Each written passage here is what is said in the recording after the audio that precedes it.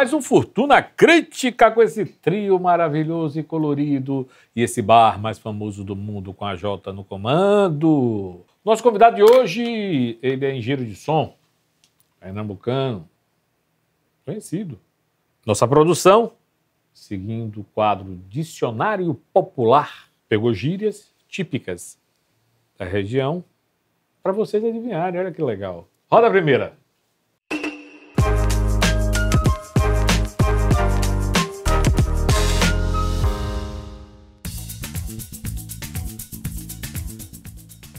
Basculho. Que diabo é isso? É Fabrício. Basculho? Diabo é basculho, gente? Não sei, uma janela, não sei.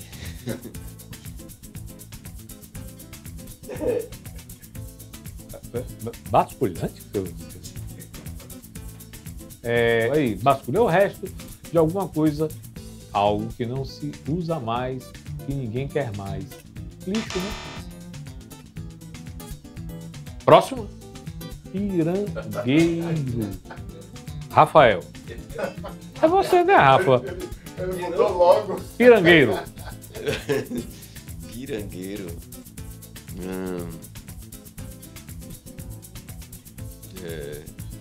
Não sei, é um cara...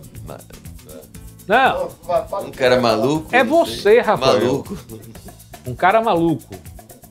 Deixa eu ver aqui o que é que é. O que é que é? Pessoa, pão duro, mão de vaca, avarenga. Bora, Sandrinho, agora você. Mundiça? Uma coisa ruim. Uma mundiça. Uma coisa ruim. Pessoa de baixo nível. A Jota agora, vamos pra Jota. Chechero. Chechero. Uma pessoa chata. Uma pessoa chata. Pessoa devedora que não gosta de pagar dívida. Chechero. Rapaz, isso aqui é Pernambuco? Caramba. Bem, vamos rodar a vinheta e receber o nosso convidado. Roda a vinheta!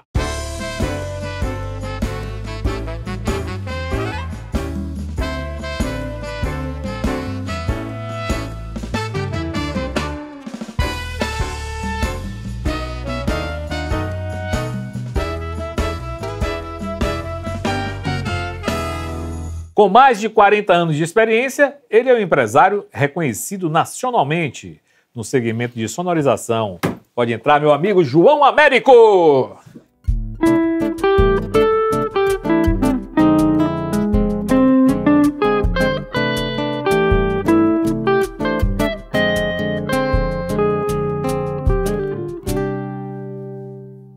Tudo bom, João? Tudo em paz. Obrigado por vir participar. Eu sei que sua vida é corrida, mas é bom. Mas estou à disposição. Que coisa boa. Você é pernambucano? Sou de Uricuri, Alto Sertão de Pernambuco, menor índice de densidade pluviométrica do país. Uma seca nesse período lá, tão calor que até o pessoal fala que as galinhas já põem ovos cozidos, viu? Que coisa legal. E no futebol, você torce lá pro esporte?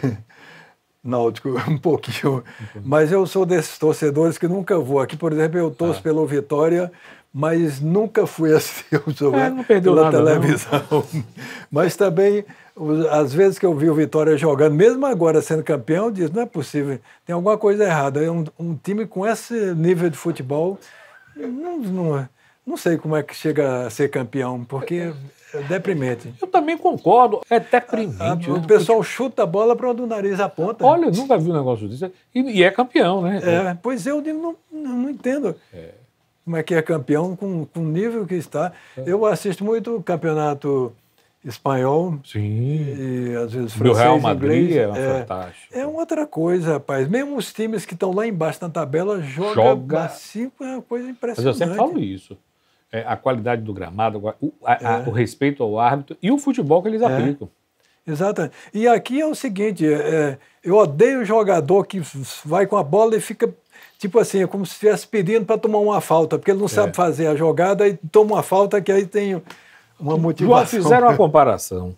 Um piloto de Fórmula 1 veio com o carro, bateu, a não sei quanto, 300 por hora, bateu, aí pá, rodou o carro, aí, pá, parou.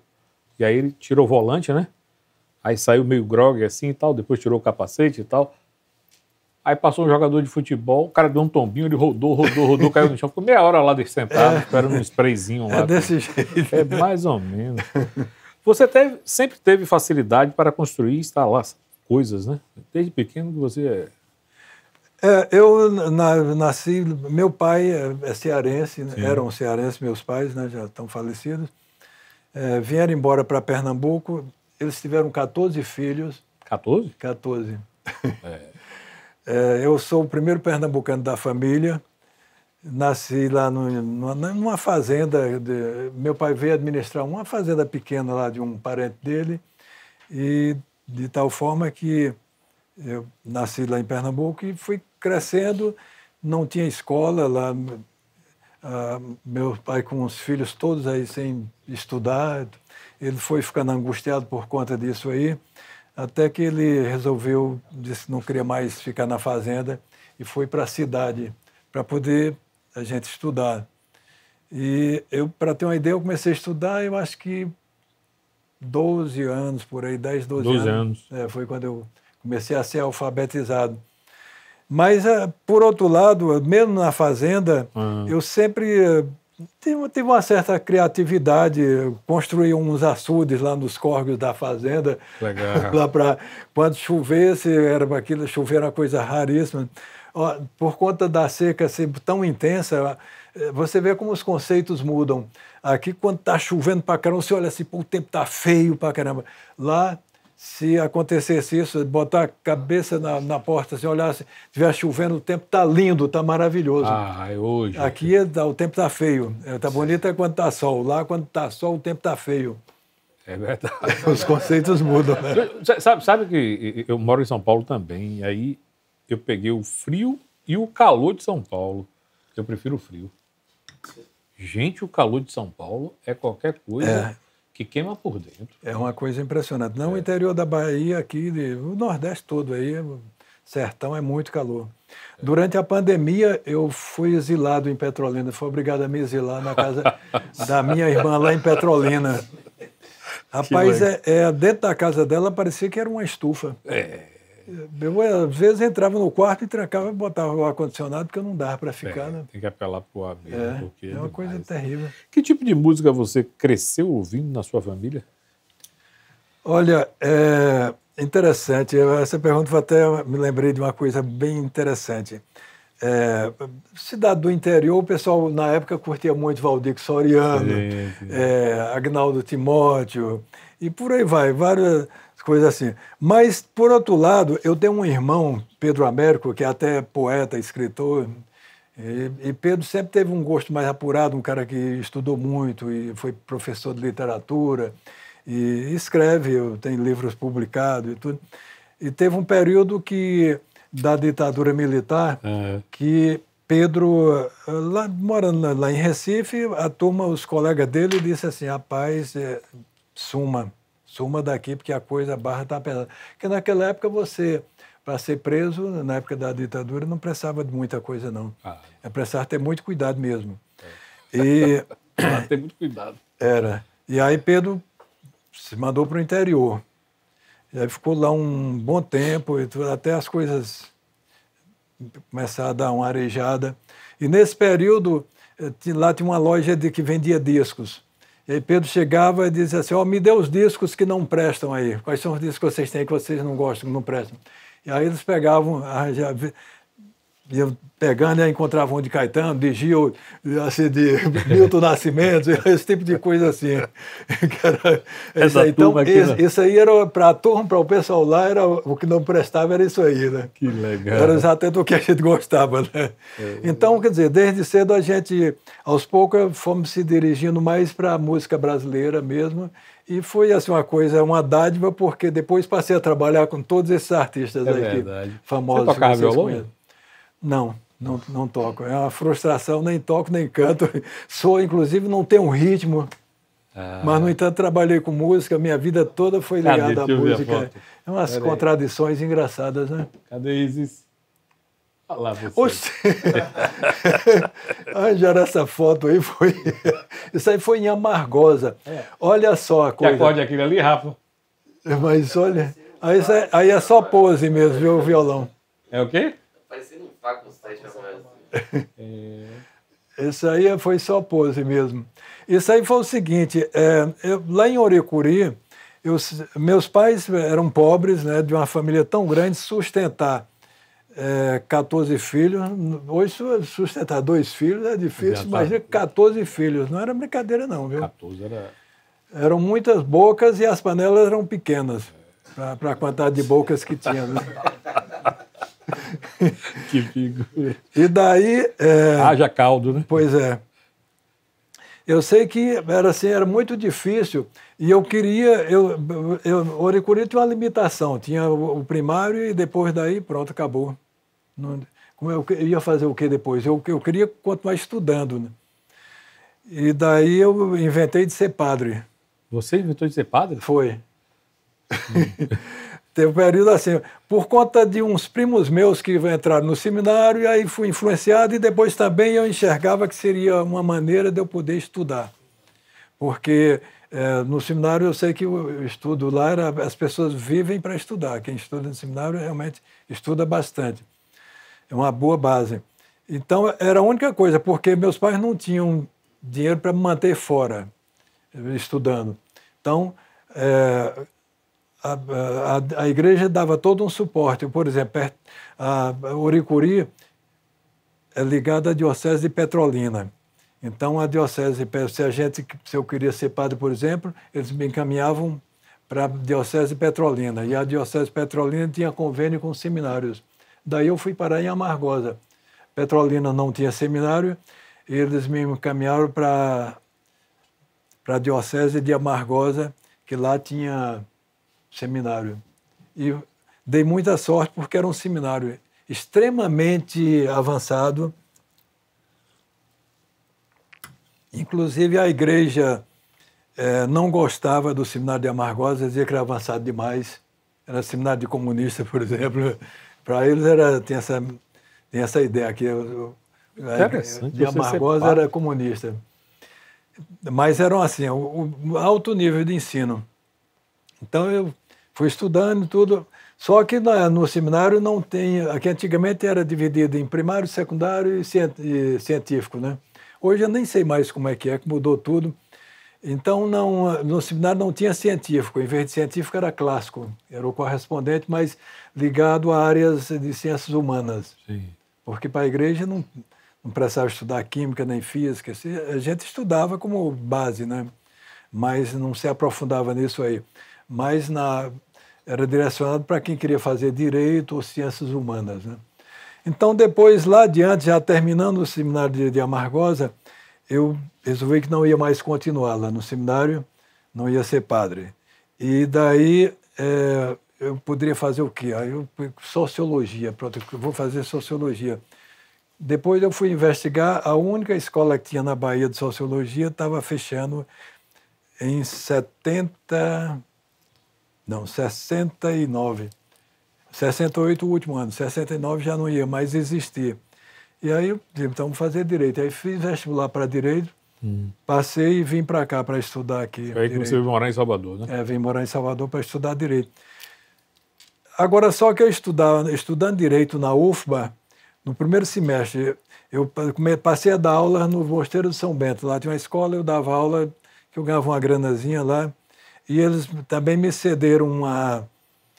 Na igreja de Monte Serrato, você falou que não é daqui de Salvador, mas conhece? Eu moro em São Paulo também. Moro em São Paulo, mas conhece a igreja de Monte Serrato? Conheço. Pois é, ali, naquela igreja tinha uma comunidade ali de estudantes, uma república de estudantes mantida pelo Mosteiro de São Bento. Era um lugar maravilhoso para dormir, para se descansar, para morar. Muito bom. Só que, e aí eles me cederam, você pode ir para lá e você vai ter um lugar para você se alojar. Aí fiquei por lá. Mas aí era muito complicado porque eu dava aula às 7 da manhã, tinha que acordar às 5 da manhã para pegar o ônibus para chegar no centro da cidade. E depois a escola de Direito eu peguei o turno da noite, porque durante o dia eu queria trabalhar. A aula terminava às 10 horas na Graça, ia a pé até o Campo Grande, ficava esperando o ônibus. Quando chegava em Monte Serrato era 1 da manhã e acordava às 5. Então isso era muito complicado a minha vida. Daí desisti dessa residência lá, fui morar no centro da cidade, lá nos Barris, numa pensão bem antiga, era um casarão tão antigo que o pessoal chamava Cafua. E especificamente eu fui dormir, fui me alojar num quarto tão pequeno que era eu e um estudante de medicina, não cabia as 2 camas, então tinha um beliche. Resultado, por ser um casarão muito antigo, tinha tanta pulga no quarto que você não acreditava. Aí logo o apelido veio, Pulgatório. Purgatório. Chamou de Purgatório, aí ficou conhecido lá, o Purgatório. Ave Maria. Mas você chegou a se formar em Direito? Nada. Aí frequentei só um semestre, porque, olha só, eu estudava Direito, mas tudo que eu queria, procurava emprego era na área de eletrônica, eletricidade, coisa desse tipo assim. Olha só que coisa, contradição. Daí eu vi um anúncio na Ericsson do Brasil, contratando montadores, não sei o quê. Aí pronto, me apresentei lá, fiz um teste, passei, era para trabalhar na Embratel. Sim. A Ericsson do Brasil tinha ganho uma concorrência para instalar todas as centrais da Embratel no Brasil inteiro. As centrais chama-se Centrais de Trânsito. Era o Sistema Nacional de Telecomunicações que estava sendo implantado no Brasil inteiro. Isso foi na época do regime militar, né? E, para você ter uma ideia, antes da Embratel, se você estava aqui em Salvador, queria falar com alguém em São Paulo, você tirava o telefone do gancho, pedia para uma telefonista a ligação e você tinha que ficar esperando a ligação. Sim. Se você pedia a ligação pela manhã, se você ia dar muita sorte se a ligação retornasse ela completada ainda no período da manhã, mas se não só à tarde, ou então às vezes até ia para o dia seguinte. E você, uma vez pedindo a ligação, você tinha que ficar de plantão, esperando o retorno dessa ligação, para poder, que era a ligação completada para você falar com aquela pessoa. Você veja que, imagina, isso aí. E aí, então eu fui trabalhar exatamente na Embratel, na implantação dessa central que interligava a Bahia com o Brasil e o mundo. Então, aí meu salário melhorou bastante, já fui morar numa república melhor, saí do purgatório. E daí... Não, purgatório, é purgatório. E daí, uns 2 anos depois, a Embratel resolveu fazer um concurso para contratar técnicos. Eu fiz esse teste da Embratel, passei, daí meu salário triplicou, quadruplicou, assim, aí foi uma fase muito boa mesmo. Aí eu já comecei a ter uma vida bem melhor, mais sossegada, mais tranquila. E, por outro lado, a Embratel me manda depois para São Paulo fazer um treinamento lá em São Paulo, na central, lá na Ericsson do Brasil, no centro de treinamento do Ericsson do Brasil. O treinamento era no período da tarde, eu tinha manhã livre, e foram 5 meses que eu fiquei em São Paulo. E aí, no período da manhã, eu estava livre. Nesse mesmo período, lá em São Paulo, eu conheci uma turma ligadíssima em shows, que gostava de assistir shows e tudo. E eu conheci essa turma por intermédio de meu irmão Pedro, que tinha namorado uma delas, eram umas moças lá, até era uma Nicei, que eram ligadíssimos em shows. Aí pronto, fiz amizade com elas, aí me ligavam, João, vai ter show de Maria Bethânia no Teatro Maria Della Costa, por exemplo. Posso comprar um ingresso? Pode, compra. E aí pronto, estavam lá assistindo. Aí eu fui contaminado por esse vírus mesmo do show, né? E aí, porra, eu ficava louco com aquilo e ficava olhando o som, tudo. Aí, resultado, quando eu terminou minha temporada em São Paulo, sim, mas antes de ainda em São Paulo, pela manhã eu estava livre, e aí, perambulando pelas ruas da cidade, eu um dia passando na Faria Lima, encontrei uma loja com o nome Áudio. Aí entrei lá e vi que era uma loja que vendia equipamento de som e tudo. E aí eu, poxa, rapaz, olha, coisa, eu vou me oferecer para trabalhar aqui, né? Aí você se interessa por sonorização. No dia seguinte, rapaz, eu peguei minha carteira de trabalho, vou lá na loja. Achei lá, procurei o dono da loja e disse para ele, olha, eu sou funcionário da Embratel, minha carteira aqui. Eu estou fazendo um treinamento aqui no período da tarde, eu estou com a manhã livre. Se você me aceitar, eu quero trabalhar de graça, você não paga nada. Eu só quero aprender a mexer com som. Eu tenho 4 meses ainda aqui em São Paulo, eu vou trabalhar, eu tenho a manhã toda livre, vocês não precisam me pagar absolutamente nada. Eu tenho a manhã livre, eu venho e trabalho de graça, eu só quero aprender. Aí eu não sabia nem o que era um input ou um output. Aí foi que eu fui aprendendo essas coisas. Aí depois, com o tempo, foi que eu fui descobrir que essa empresa instalava áudio, mas era áudio que a gente chama hi-fi, que é o que se usa em casa. Instalações de som ambiente em escritórios, em clínicas médicas, restaurantes e tudo. Era totalmente diferente do áudio profissional. É o que se usa em shows, né? Sim. Mas aprendi alguma coisa nisso aí. Quando eu saí de São Paulo, vindo para Salvador, eu já comprei um equipamento de som e trouxe. Chegando em Salvador, eu procurei alguns lugares para sonorizar boate. E aí fiz um contrato com o Clube de Regatas Itapajipe. E lá eu sonorizava uma boate que eles faziam todo sábado à noite. Só que aí veio o primeiro conflito. Eu gostava muito de MPB e tudo, montei todo um repertório baseado em MPB, eu não entendia nada de discotecagem. Toma MPB, o pessoal pedia música de balada e tudo, eu não tinha essas músicas e eu não gostava, inclusive. Então, foi assim, o que eu gostava eles não gostavam, e o que eles gostavam eu não gostava. Então, é compatibilidade. Mas, o DJ fora. Mas também eu ganhava tão pouco que só dava para pagar o táxi para ir, para voltar, e aí um mês depois já foi rescindido o contrato. Como era o cenário da sonorização na Bahia, né? Quando você começou, né? Não existia. Som profissional não existia. Existia tinha uma empresa aqui em Salvador chamada Propago, que hoje até existe, que é Joãozinho, é o dono que é um pessoal, muita gente boa mesmo. Inclusive o João Cláudio, que era o pai de Joãozinho, me ajudou muito logo no início. Certo. Mas a Propago era assim, uma empresa especializada em fazer som para as pessoas falarem, porque ele durante a vida toda ele foi muito ligado à ACM e comícios, né?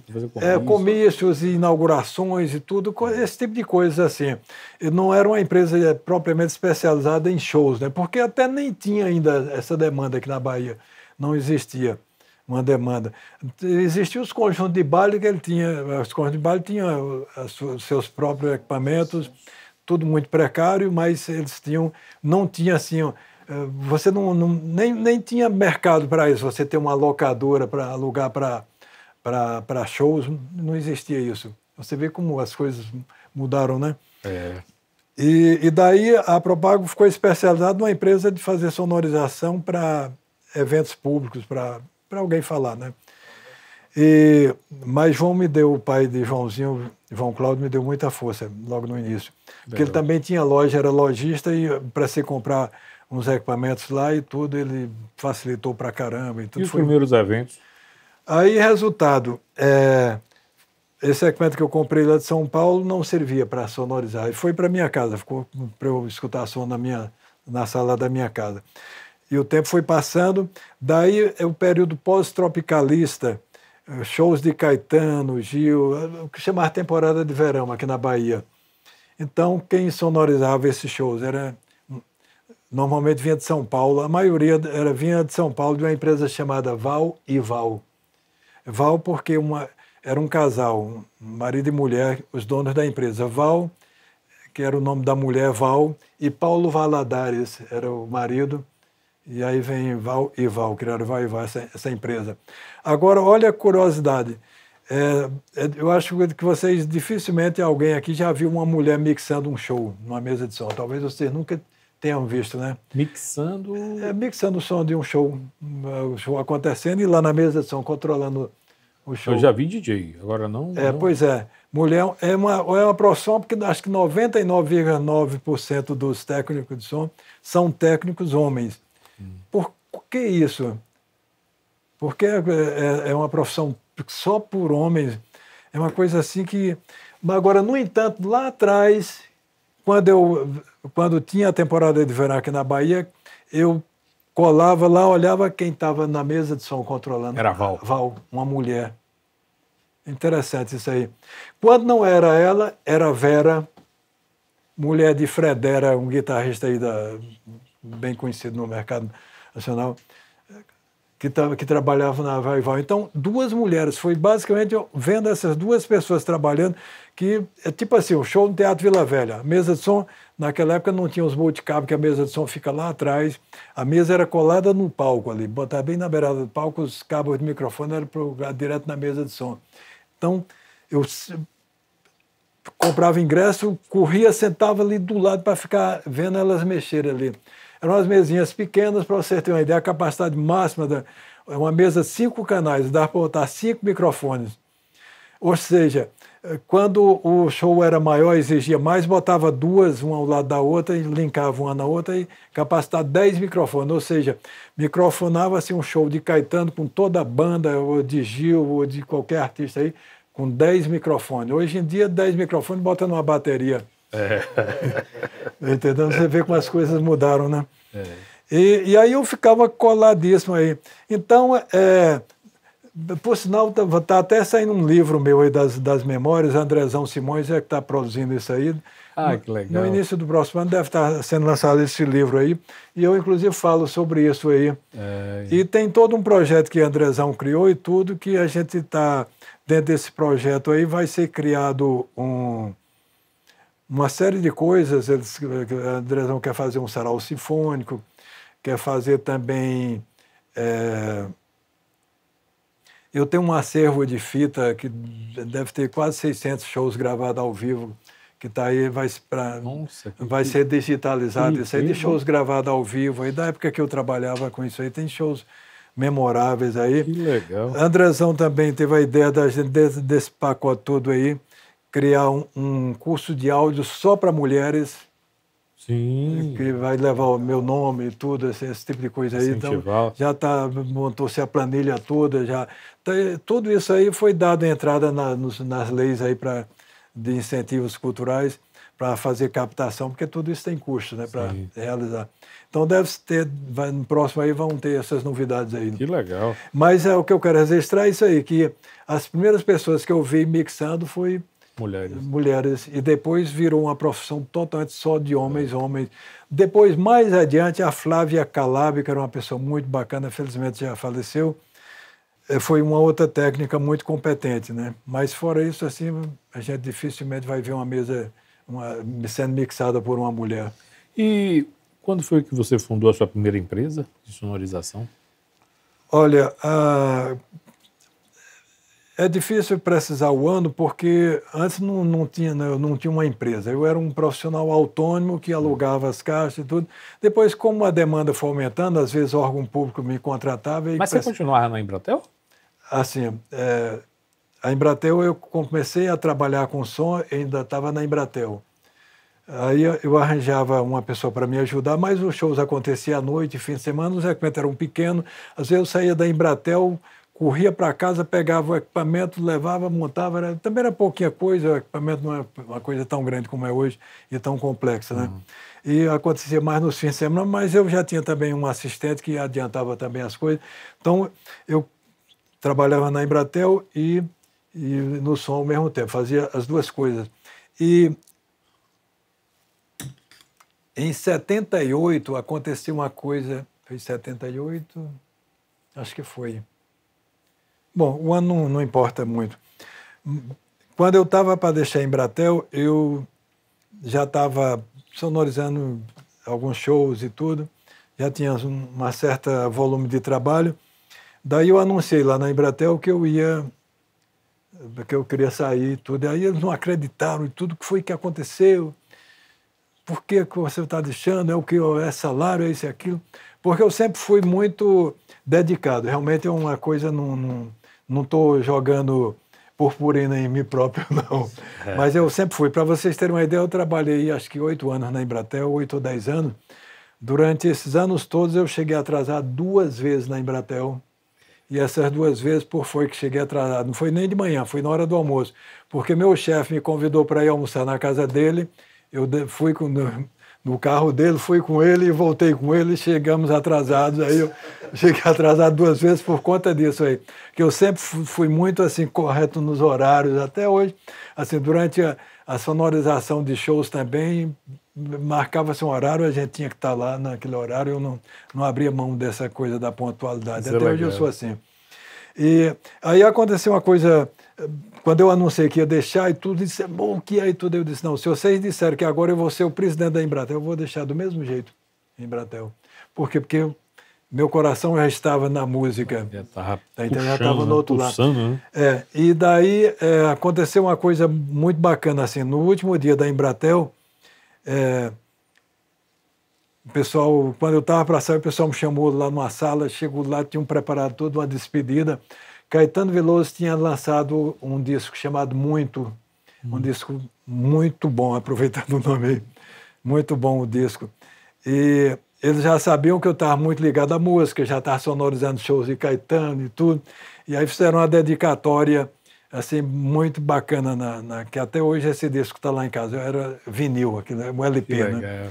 É assim, para que os ouvidos ajudem a lembrar se por acaso o coração estiver esquecendo. Ai, que lindo, bonito. Uma coisa muito bacana, isso aí, fiquei muito emocionado com essa. Com certeza.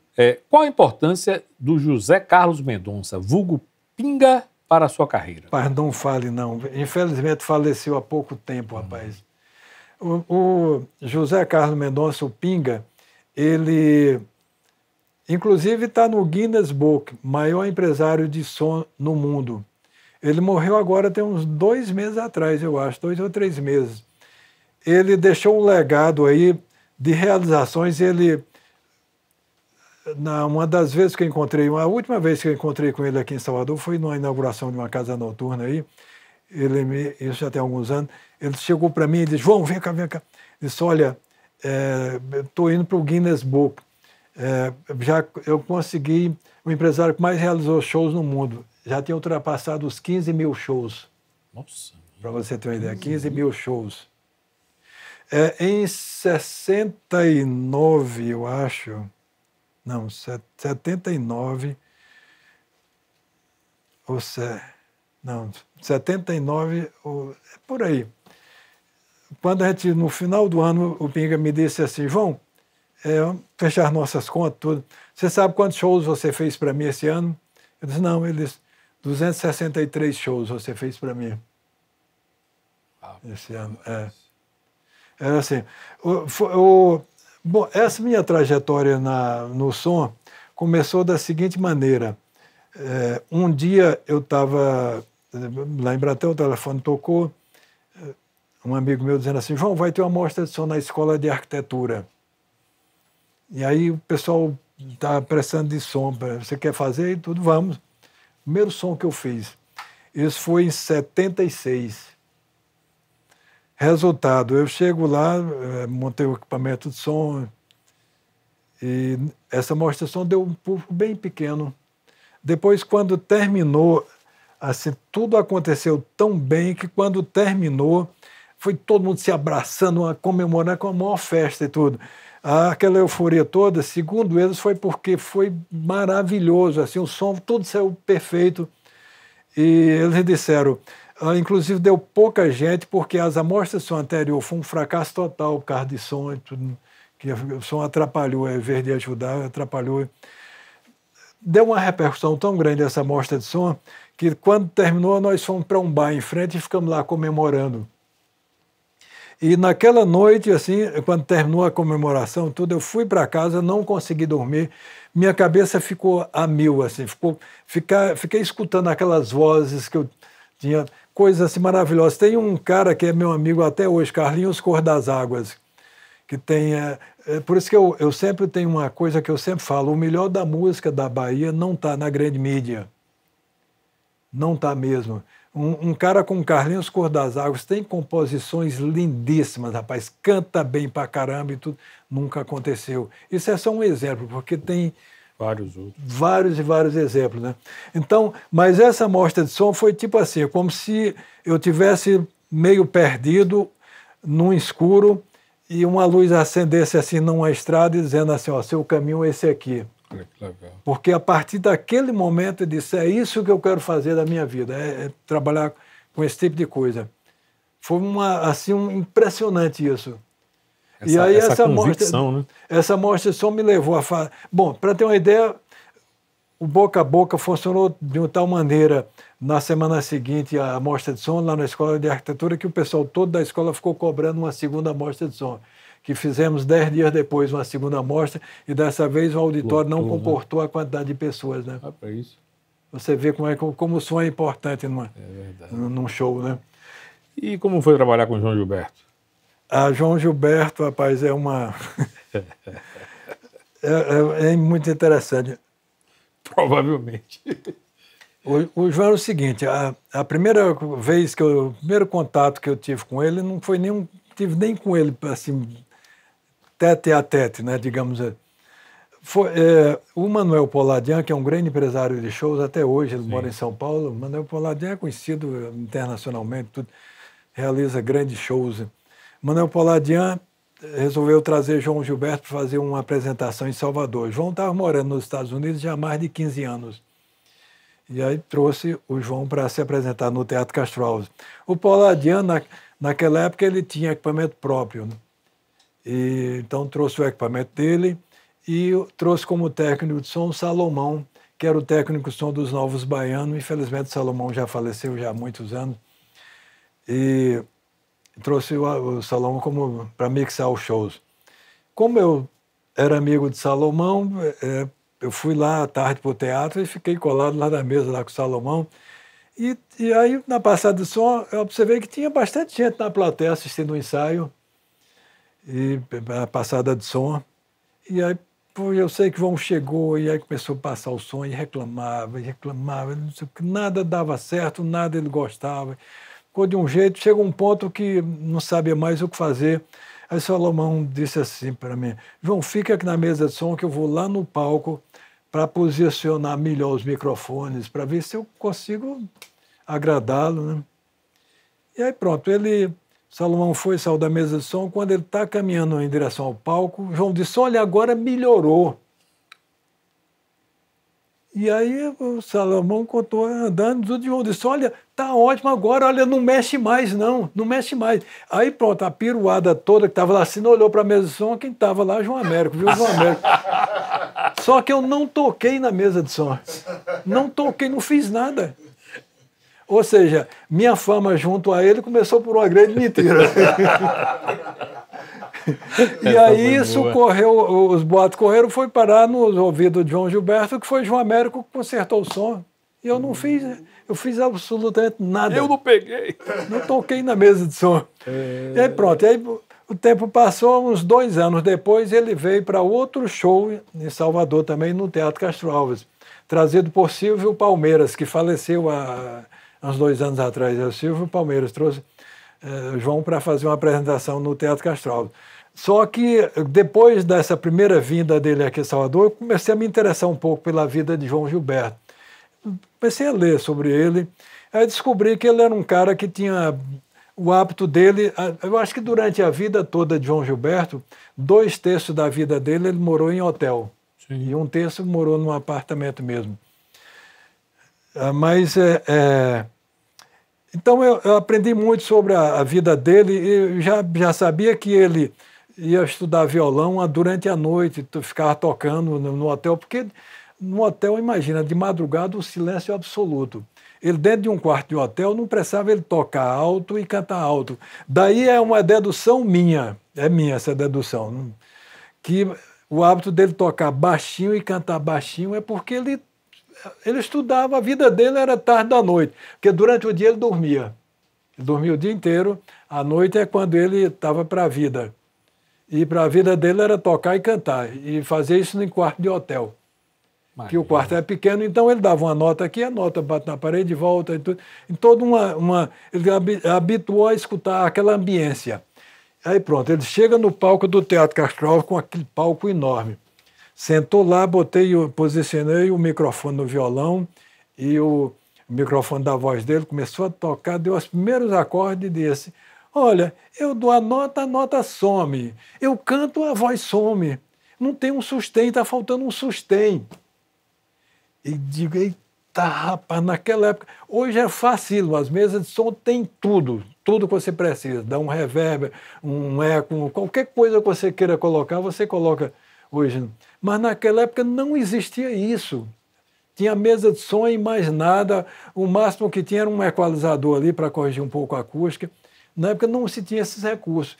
Eu pensei, eu digo, como é que eu vou resolver agora esse sustento? Porque era o hábito dele tocar no hotel que ele dava aqui, a nota bater na parede, volta e tudo, você tem que criar uma ambiência. O palco do Teatro Castro Alves é aquela imensidão. Se dá a nota, ela some mesmo, ela vai e não volta mais. Sim.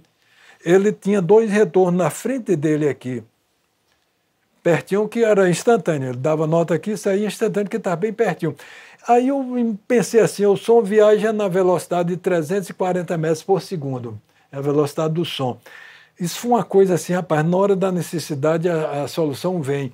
Aí eu pensei, se eu pegar, o som demora um tempo, esse tempo aí, se eu pego 2 caixas de retorno de palco, boto um afastado, tipo 5 ou 6 metros, uma de um lado, outra de outro, de repente eu resolvo. Isso vem na hora. Eu chamei 2 técnicos meus, boto um monitor a 6 metros, outro a 6 metros ali, tudo, liga aí o monitor. E aí ele continuou reclamando que não tinha. Né? Aí quando... Aí aprontaram, ligaram as caixas, dá volume. Tudo. Deu volume, que aí ele tocou, aí disse, pronto, é isso aí, está perfeito, perfeito. Pronto, acabou tudo. Aí foi embora e tudo. Aí passou. No dia seguinte aconteceu o show à noite, sem problema nenhum, foi tudo perfeito, perfeito. Eu sei que uns 3 dias depois, eu recebo um telefonema de um amigo meu lá nos Estados Unidos, ele disse, porra, João, seu nome está aqui no New York Times. Eu disse, oxe, eu tive uns 2 meses atrás, eu não fiz nada errado aí, rapaz. Não, você não fez o som para João Gilberto aí, rapaz? Eu disse, eu fiz o som para... Pois é, sobre isso. Ele está falando aqui que você tem uma acessibilidade tão grande, se ele tivesse muito dinheiro, ele ia comprar o melhor equipamento de som do mundo para dar para você, para poder você continuar desenvolvendo essa acessibilidade. Que legal. Que beleza. Eu vou chamar um pequeno intervalo e daqui a pouco a gente volta com esse papo aqui com o João Américo.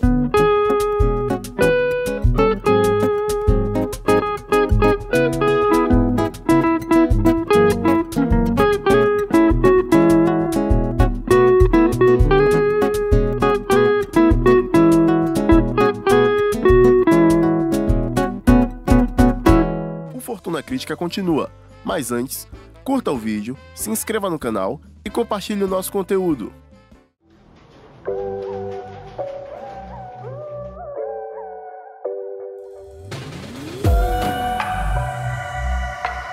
Inaugurada em 2018, a Arrojal Sá é uma produtora baiana, com sede em Salvador e filial em São Paulo. A Arroz tem um olhar único para a produção musical, audiovisual e de conteúdo digital. Antenada com as principais tendências, realiza projetos que vão de álbuns, shows, podcasts, clipes musicais, vídeos, até o gerenciamento de carreira artística e outros. Sofisticação, criatividade e cuidado são as marcas da Arrojal Sá, entregando produtos e serviços com qualidade ímpar. Saiba mais sobre a produtora nas mídias sociais.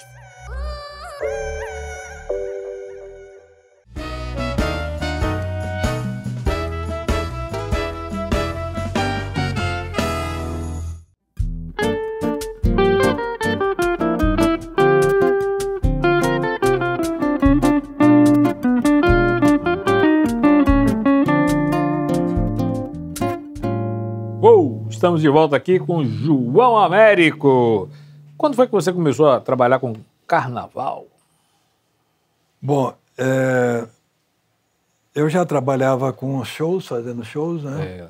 Veio a onda da música baiana e os blocos de carnavais, tudo. Aí o pessoal começou a me buzinar para sonorizar, botar o som num trio e tudo, mas eu nunca queria, né? Porque eu sabia, naquela época, eu já falei da dificuldade de conseguir equipamento, e eu sabia que botando num trio o equipamento poderia ser danificado facilmente e o conserto era caro e difícil, enfim.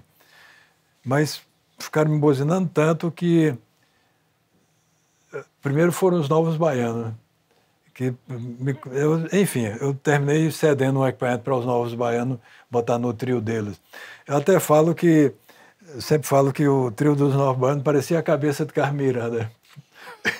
Porque o Carlos Miranda é bem espalhafatosa, aqueles adereços todos assim, e o trio dos Novos Baianos tinha palha de bananeira, tinha tudo, logo lá atrás, quando surgiu o trio elétrico, não tinha aquela estrutura que tem hoje, tem aquela carenagem toda preparada, específica para ser um trio. Não, era uma carroceria de um caminhão normal, e aí eles vem aproveitando a onda do tropicalismo e tudo, e aí tinha palha de banana, tinha cacho de banana, tinha um monte de coisa assim pendurada. Era o trio dos Novos Baianos. Então aí eles me convenceram a botar o equipamento, e até entreguei para eles o equipamento e fui para Maceió. Na época eu estava com a namorada em Maceió, passei o carnaval em Maceió. E aí quando eu voltei para Salvador depois do carnaval, fui testar o equipamento, estava tudo danificado. E eu disse, nunca mais eu boto o equipamento no trio. E aí, bom, passaram alguns anos, daí eu estou montando um som no Clube Baiano de Tênis lá para uma festa, acho que do Bloco Eva. E daí chega Beto Trípode, que era... que já teve trio aí, tudo é falecido. Ele hoje tem uma filha que canta aí, que é Viviane, né? E aí Beto... Eu sempre comparei Beto assim, eu falar Beto parecia um cara, quando eu falar para alguém assim, Beto parecia desses cachorrinhos de ponta de voa que mordem na perna da calça e você chuta e ele não larga. Que Beto foi assim, chegou de manhã cedo lá e começou a me buzinar no ouvido e eu dizendo não, e não desistia. E ficou a manhã inteira, eu saí para almoçar e voltei. Depois do almoço eu pensei que eu tinha me livrado de Beto, nada. À tarde, quando eu volto depois do almoço, lá e Beto continuou e tudo, enfim, me venceu pelo cansaço, né? E aí passei a sonorizar o trio de Beto, mas daí eu comandando tudo, eu mixava, fazia tudo. Eu instalava o equipamento e tudo, então não teve os danos que tiveram com o Norband. Aí passei a sonorizar. Naquela época as coisas ainda eram meio precárias e interessante que Beto teve um primeiro carnaval, eu acho que eu estava sonorizando o trio dele, a gente estava vindo da praça, onde tem o elevador Lacerda, Praça Municipal, né? Praça Municipal, chegando passando pela Rua Chile, descendo para a Praça Castro Alves. Ali, né? Era o contrário, vindo lá do centro, né? Vindo do centro, né? Da Praça da Sé, vindo do lado da Praça da Sé, descendo a rua para chegar na Praça Castro Alves. Quando vai descendo para a Praça Castro Alves, ele vê o trio do Chiclete com Banana que vem subindo. Chiclete também estava começando naquela época, ia subindo. Ele ficou tão doido, quando eu olho, ele pegando as cornetas das caixas de som, tirando assim de um lado, botando para o outro. Eu me lembrei uma coisa de artilharia, o cara posicionando os canhões, né? Tirando de lá e botando para o outro lado. Assim, eu não acreditei quando eu vi. Sabe, esse cara é maluco, para poder fuzilar mesmo. E aí, então, aí trabalhei com o Beto há alguns anos, depois surgiu o Cheiro de Amor, me chamou para sonorizar o Cheiro de Amor, e aí fui colocar o som no Cheiro de Amor, fez alguns anos. Depois, alguns blocos foram comprando equipamento próprio, montando seus próprios trios, mas, enfim, eu sonorizei muitos trios. Teve uma época que eu fazia 3 trios, né, simultâneos. Teve um período, por exemplo, que eu estava com o Ivete, né? O Ivete já tinha saído o Eva sonorizei durante muitos anos, inclusive quando a Ivete cantava no Eva. Depois ela saiu para a carreira solo, e aí eu passei a sonorizar, fui com o Ivete, sonorizando o trio de Ivete, sonorizava a Daniela e a Timbalada, por exemplo. E aí teve um período que sonorizava Timbalada e o Camarote Andante, que era de Carlinhos Brau. E por aí vai, com todos esses Foi para grandes... Espanha com Brau, né? Foi, teve uma época que Carlinhos Brau foi para... Carlinhos Brau tem uma carreira na Espanha assim invejável. Para ter uma ideia, pois é. Rapaz, eu sempre, é uma grande crítica que eu faço à música da Bahia, o movimento que a turma chama axé, a música axé, eu acho que eles foram muito predadores, eles só sugaram, mas colocar de volta alguma coisa foi muito pouco. Carlinhos Brau é um dos que faz isso. Você vê, ele criou Pracatum, criou uma escola que hoje abriga centenas e centenas aí já formou muitos músicos e tudo. Tem um trabalho social muito interessante, um trabalho até na área da música mesmo, que é isso, é reinvestindo. Você não está só tirando daquela fonte para ela secar, não. Ela está repondo também para poder ela continuar brotando. E Carlinhos Brau faz isso, e eu acho muito importante, né? Você trabalhou com Michael Jackson? Aí foi só uma vez. Teve uma... O Michael Jackson lançou um disco e esse disco não aconteceu, não foi o esperado. Daí a gravadora achou que deveria trabalhar mais para alavancar a venda do disco, né? Então, esse alavancar mais, o caminho que encontraram foi gravar videoclipes, né? Para botar nas mídias e tudo. E aí esse videoclipe foi gravado aqui na Bahia e no Rio de Janeiro. Quem foi escolhido para ser o cineasta desse vídeo, para ser o cara do vídeo? Spike Lee, um cineasta bem famoso. Spike Lee. Trabalha com Spike Lee um amigo meu, ele é americano, Stuart Dottie, ele é americano. E ele, inclusive, tem uma filha com Tezuka Yamazaki, que é cineasta aqui brasileiro, e já esteve aqui pelo Brasil, fala até um português meio enrolado, assim, meio atrapalhado, mas fala português. E aí pronto, Stu é o técnico de som predileto de sempre todos os shows de Spike, todos os filmes de Spike Lee, era ele que estava captando o sinal de áudio. E foi ele que me indicou para a produção de Spike Lee. Ele disse, não, na Bahia tem João Américo, que vocês contratam e que eu tenho certeza que vai ser bom. Então fui contratado para fazer o som. Foi lá gravado no Largo do Pelourinho com o Olodum, né? E aí então tive só essa oportunidade de trabalhar com Michael Jackson. Vou te apresentar agora o Pedrinho. Pedrinho, cadê você, Pedrinho? Oi, Luiz! Oi, João! Beleza? Tudo tranquilo. E aí, Pedrinho? O que é que nós temos hoje aí no FC News? O UFC News de hoje vai falar um pouco da carreira desse grande João Américo e um pouco também do sarau do João, vamos que há 40 anos ele faz. Que beleza, vamos ver. Roda a VT. João Américo é um dos responsáveis por profissionalizar a sonorização no Norte e Nordeste desde os anos 70. Ele é reconhecido nacionalmente no segmento de sonorização, com experiência de mais de 40 anos em sistemas de alta performance para áudio. Ele já trabalhou com grandes nomes da cena musical do país, seja nos palcos ou nos trios. Apaixonado por música e pela arte, há cerca de 40 anos, João Américo fez de sua casa um ponto de encontro para artistas das mais diferentes tendências. O sarau do João transita por diversos estilos da música, como erudita, popular, instrumental e cantada. Além da música, a literatura é outra linguagem tradicionalmente presente nos saraus de João. Artistas como Yamandu, Tom Tavares, Rosa Passos, Mônica Sangalo e Jerônimo já passaram por lá.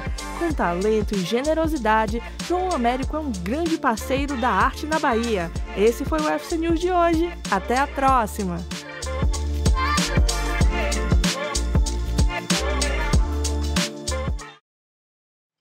Rapaz! Vocês bisbilhotaram minha vida, viu? Parabéns, João, que coisa linda. O FBI está perdendo para vocês, viu? Que lindo, hein? Uma grande história, né, Luiz? Puxa! Muitos anos de carreira. Ali tem o Jerônimo, que esteve aqui com a gente, tem a Mônica. Mônica Sangalo. Lazo estivemos aqui, Jerônimo. Tom Tavares? Tom Tavares Filho também. Uma galera também já passou aqui. E tem uma pessoa também que já passou por lá. Você conhece um tal chamado André, Luiz? André, meu produtor, deve ter conhecido ali no camarim. Ele me falou. André já passou por lá. Ele, além de passar por lá, não só como visitante, ele tocou. Não, ele não fez só isso. O que ele fez? Eu aposto que ele tocou, comeu, bebeu. E o pior de tudo, nem chamou a gente. Mas você tem perguntas? Tenho, Luiz. Eu queria saber de João. João, como foi que surgiu a ideia do sarau do João? Olha, eu trabalhando com... Na verdade, começou lá atrás, no início mesmo. Eu gravava os shows, eu criei um hábito que todo show que eu fazia, sonorização, eu gravava. Então as pessoas costumavam, depois do show, ir para casa para escutar as gravações. Isso aí, eu acho que... Eu nunca pensei dessa maneira, estou pensando agora, instantaneamente, que o sarau pode ter surgido um pouco aí. E depois...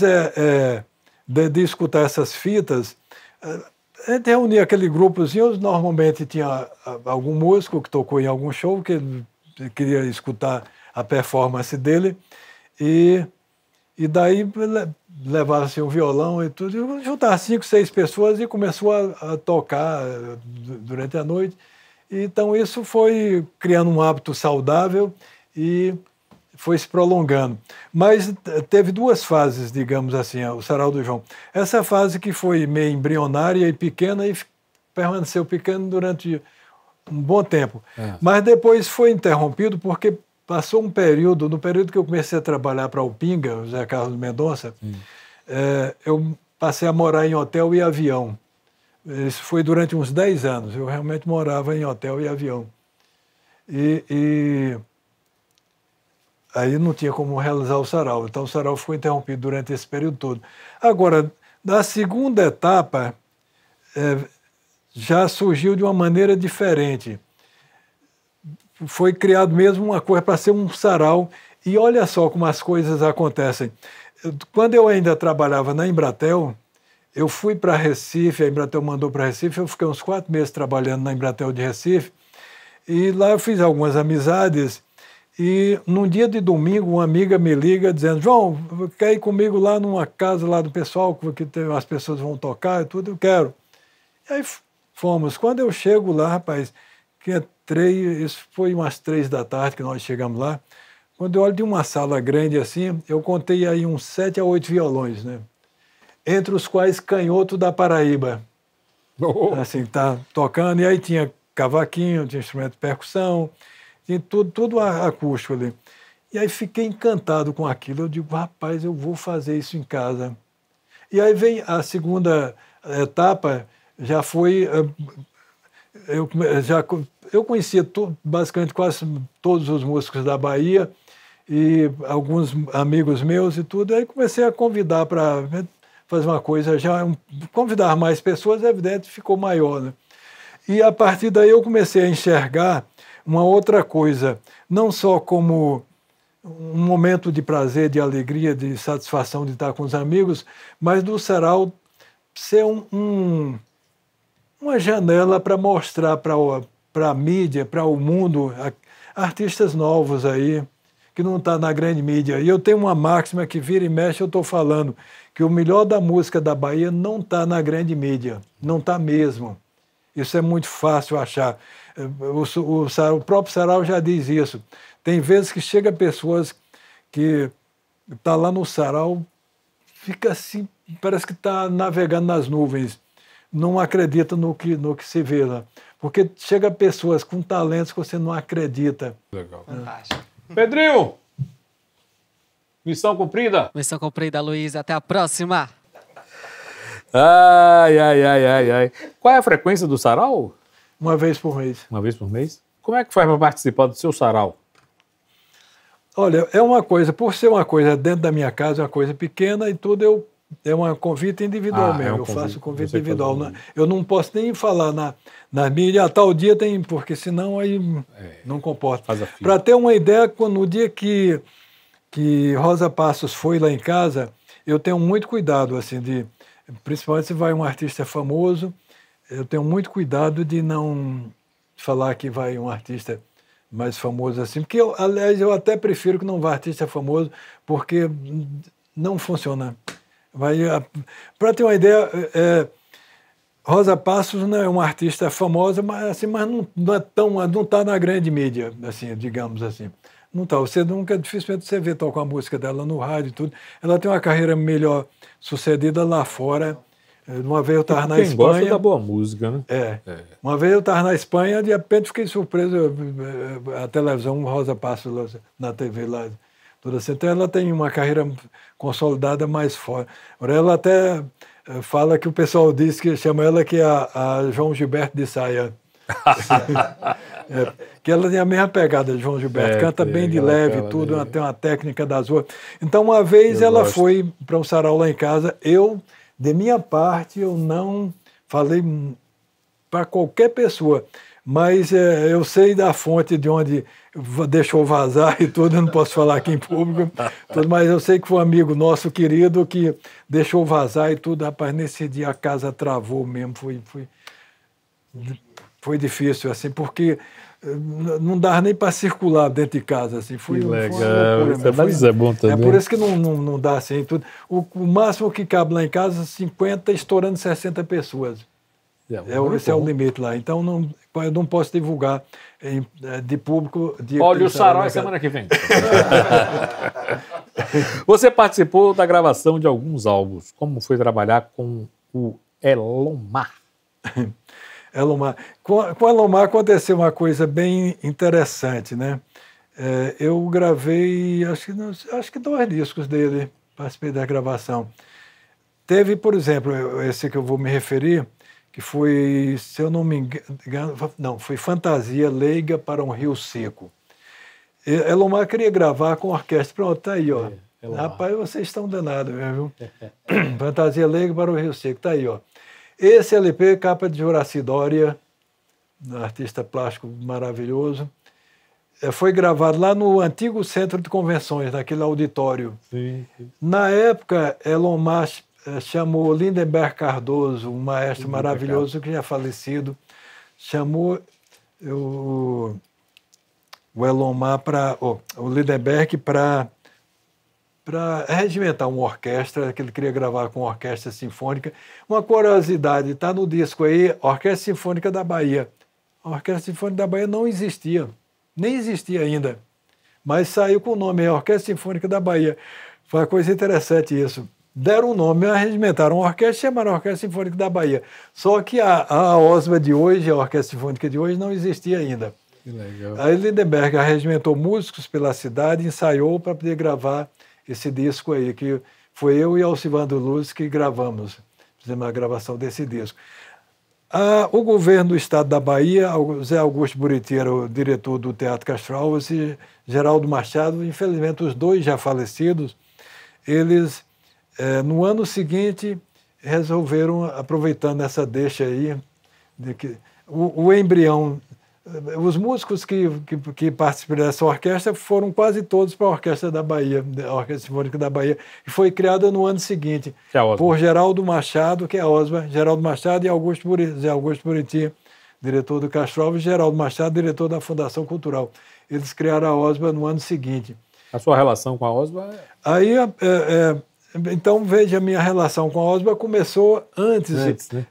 dela existir, que foi nessa gravação, aí nesse embrião aí da OSBA. E aí depois, olha só, quando eu vendi a empresa, aí eu me desliguei bastante do Teatro Castro Alves e tudo, fui cuidar das minhas caixas de som. Sei que, para você ter uma ideia, em 2016 eu fui assistir um show de Chico César no Teatro Castro Alves. Depois do show, eu fui descendo as escadas para cumprimentar a turma e tudo.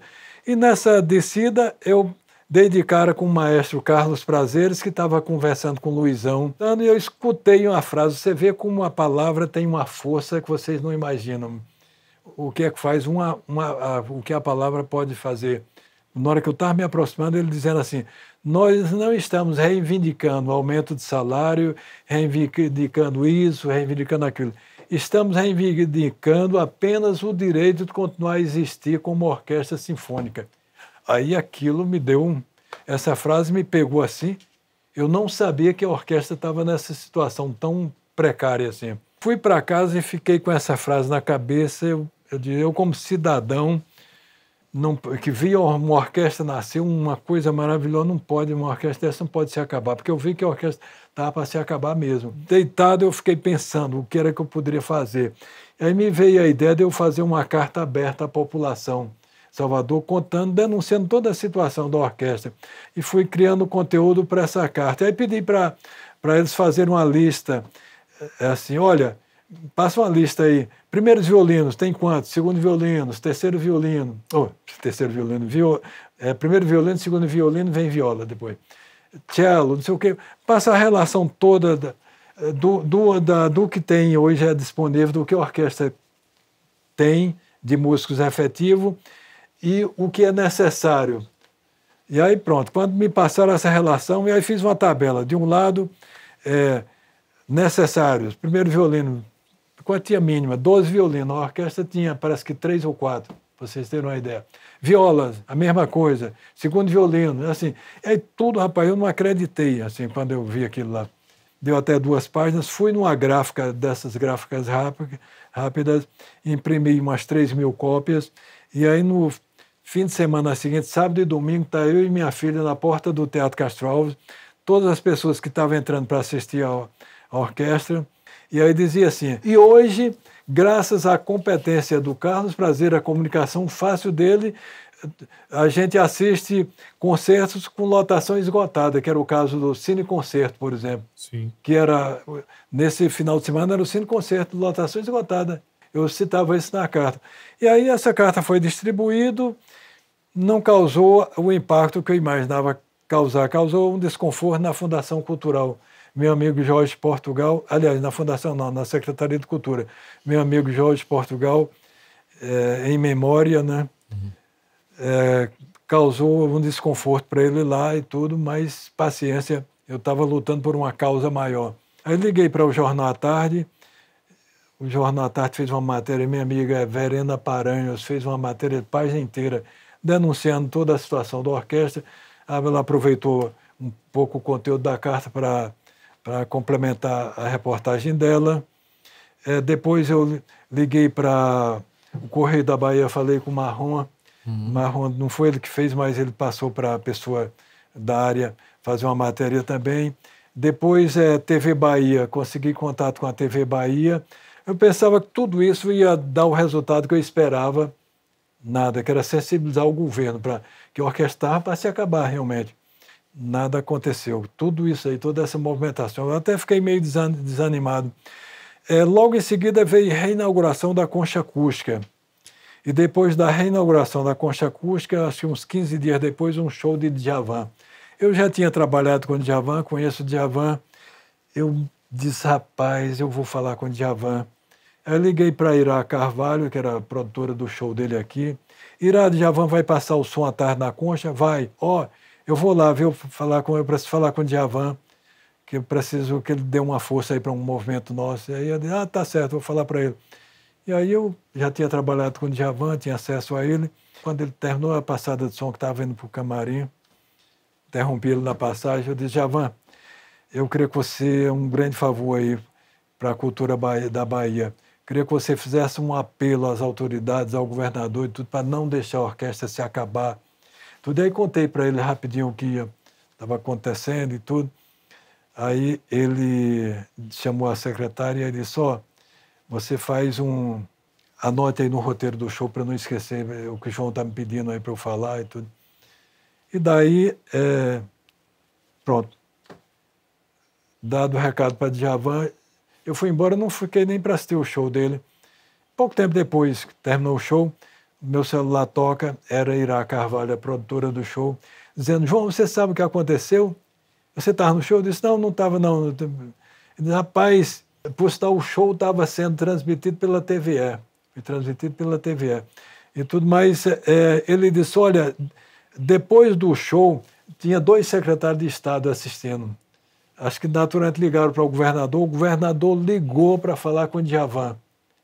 E foi eu que passei o celular para ele conversar com o Djavan. Ele prometeu que na semana seguinte o problema da orquestra ia estar resolvido. Olha que legal.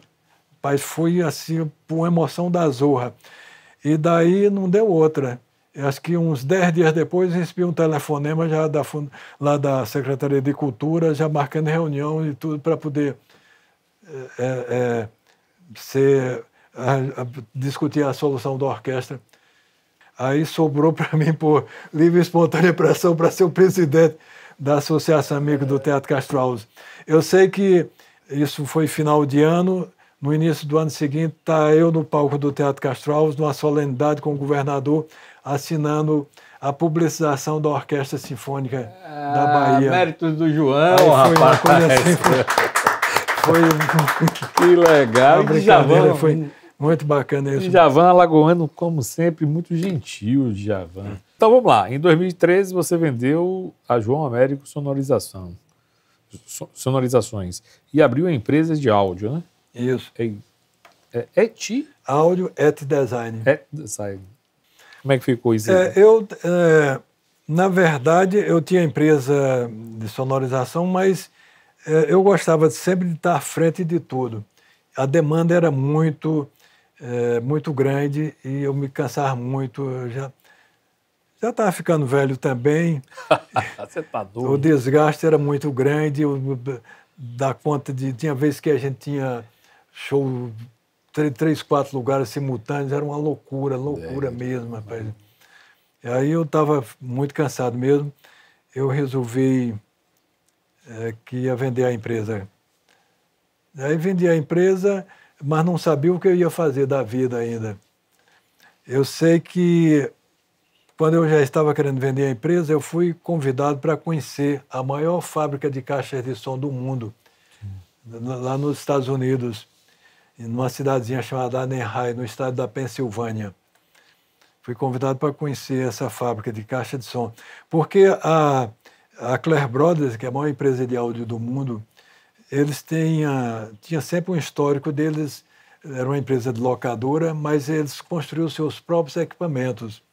Assim, a gente, num patamar bem lá embaixo, a João Américo Sonorização também, a gente sempre construía as nossas próprias caixas.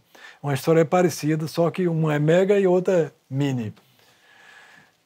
E daí eu fui conhecer a Clair Brothers tinha a sua própria fábrica de caixa de som. Eu fazia caixa só para eles, mas eles tinham tanto destaque na mídia internacional que outras empresas locadoras ficaram forçando a barra junto a eles para eles venderem as caixas deles, mas eles faziam para eles mesmos. Mas aí eles mudaram de ideia e em 2008 eles estavam na crise americana, no auge da crise americana, foi em 2008, a crise econômica. Vamos fazer caixa. Eles fundaram a Clair, que era só rental, uma Clair fabricante de caixas de som, na cidade de Anaheim, lá na Pensilvânia. E daí eu recebi um convite para conhecer a fábrica de caixa de som. Eu já estava querendo vender a empresa, mas eu vou. Aí fui lá para conhecer a fábrica. Aí, rapaz, eu fiquei encantado mesmo. Mas aconteceu uma coisa interessante, que eu esperava ver muitos funcionários. Não, rapaz, pouquinha gente. Para ter uma ideia, tinha 3 bancadas, 3 pessoas montando caixa de som ali e tudo. Teve um lugar assim que eu fui entrar, eles disseram que não podia entrar, que era marcenaria, mas eu consegui ver uma máquina CNC lá no fundo da sala e tudo. E aí eu sei que foi assim, fomos super bem recebidos lá e vi que não era uma coisa do outro mundo para montar uma fábrica. Aí eu estava querendo vender a empresa, eu disse, pronto, eu vou fabricar a caixa de som. Fui um dia só a visita, no dia seguinte já estava em Nova York, fiquei uns 10 dias ainda lá. Lá mesmo comecei a pensar e tudo, e rabiscar num papel, uns rascunhos, umas ideias, uns croquis aí para não perder as minhas ideias da minha primeira caixa de som. E aí quando eu vou fabricar caixa de som, eu fui para os Estados Unidos sem saber o que ia fazer da vida depois de de vender a empresa de som, voltei com a ideia fixa na cabeça, vou fabricar a caixa de som. E aí pronto, e aí o embrião da primeira caixa de som surgiu lá em Nova York, lá no Croquis. Quando eu cheguei aqui, vou fazer a primeira caixa de som. E ainda, sem vender a empresa ainda, já comecei a fabricar a primeira caixa. Essa caixa foram 4 anos até ela ficar pronta. Você vê, fazer uma caixa de som boa não é uma coisa fácil, não. Nossa. Lá na empresa a gente não tem uma caixa que não tenha tido pelo menos 2 anos. É evidente que eu não fiquei assim durante esses 4 anos só fazendo aquela caixa, não. Outras caixas simultaneamente foram. Eu sei que em 2018, não, 2018, a pandemia foi 2020. Não, 2019, a gente já estava começando a fabricar as primeiras caixas, botando no mercado, assim, tudo. Daí a gente estava... Bom, essa primeira caixa que surgiu a ideia lá nos Estados Unidos, para ter uma ideia, ela tem, se eu não me engano, duas patentes dela. 2 patentes, ela tem 2 patentes aí. E daí vieram as outras todas, mas cada uma sai no seu tempo e haja tempo para produzir. Eu vendi a empresa em 2013 até 2019. 2019 foi quando eu comecei a soltar as primeiras caixas. Assim, bem lentamente. Durante esse período todo, a vida foi muito difícil mesmo. Eu nunca pensei que ia gastar tanto tempo para desenvolver, que eu não queria botar no mercado qualquer coisa. Mas eu tenho muito orgulho do que estou fazendo, das caixas que a gente está produzindo até hoje. E para quem a gente tem vendido, o pessoal está gostando muito. Aí veio a pandemia, rapaz, aí ferrou com a gente, mas ferrou feio, feio. Eu entrei em desespero mesmo. Eu cheguei a um ponto que eu achei que a gente não ia resistir.